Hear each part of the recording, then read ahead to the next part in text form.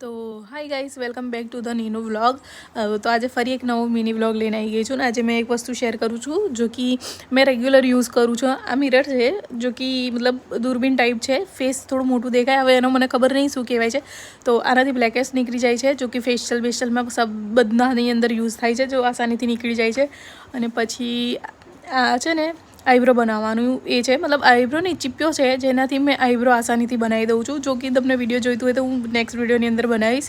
તો આનાથી છે ને ઝીણા હેર બી નીકળી જાય છે, જો કદાચ દોરાથી ના નીકળતા હોય એના લીધે આનાથી બી નીકળી જાય છે।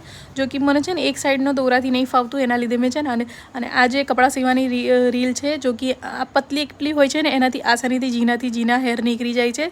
અને આ મેં બીજાને મતલબ કે કોઈને બીજાને આઈબ્રો બનાવવાની હોય ને તો મેં આનાથી બનાવું છું, અને ખુદનો આઈબ્રો બનાવવાનો થાય તો મેં કપડાં સીવવાની રીલથી કરું છું તાકી ફટ દઈને નીકળી જાય।